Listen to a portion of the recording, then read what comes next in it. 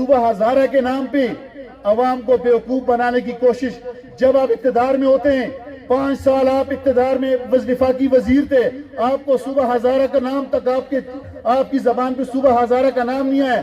جب آپ اقتدار سے باہر نکلتے ہیں پھر آپ ڈگڈگی لیتے ہیں, کبھی کسان محاذ پروگرام, کبھی صوبہ ہزارہ کا پروگرام. صوبہ ہزارہ ایوان کے اندر, اسمبلی کے اندر بنے گا.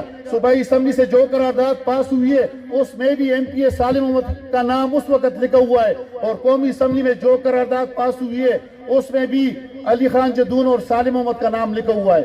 آپ مجھے بتائیں کہ آپ نے صوبہ ہزارہ کے لیے اسمبلی کے فلور پہ کیا کیا ہے؟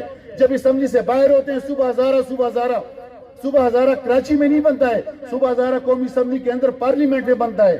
صوبہ ہزارہ آپ کو اسلام آباد میں بنانا چاہیے. اسلام آباد میں جب آپ ہوتے ہیں, جب آپ اقتدار میں ہوتے ہیں, اس وقت کوئی صوبہ ہزارہ کسی طریقے سے بس لوگوں کو بیوقوف بنانے کے لیے صوبہ ہزارہ. آپ تو یہاں سے بالیمنگ روڈ کے 90% کی کمپلیشن دیتے ہیں جہاں پہ 10% کام نہیں ہوتا ہے. آج اس پہاڑوں کے اوپر سڑکوں کی حالت دیکھ لیں, اس پہاڑوں میں آج بھی لوگ تڑپتے ہیں, اسکول وہاں پر نہیں ہے.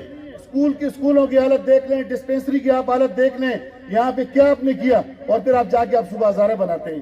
گھر کے فکر نہیں ہے. صوبہ ہزارہ انشاءاللہ ہم بنائیں گے. وہ ایک شعر ہے کہ میرے پاس سے گزر کر میرے حال تک نے پوچھا, میں کیسے مان جاؤں کہ وہ دور جا کے روئے.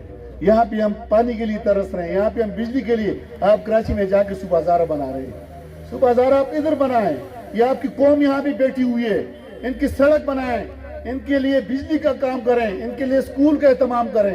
یہاں پر نہیں ہے. اور صوبہ ہزارہ